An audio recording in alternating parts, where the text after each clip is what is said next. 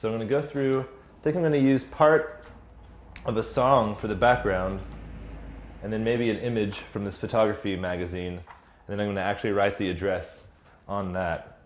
So it doesn't really have to be anything specific. I'm just going to find a good page here. And let's see, this looks like a good one. So I'm just going to roughly rip out this page. And I know it's a little bit bigger than this paper, so I'm going to have to measure real quick. And I'm going to kind of make a thin line and cut out so it's exactly the same size.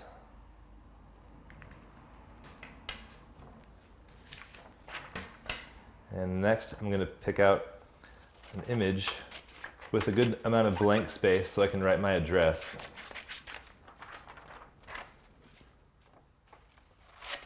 And once we have done that, we are ready to glue. We'll be able to glue the stuff down and put it in the envelope, and we're going to do a seal.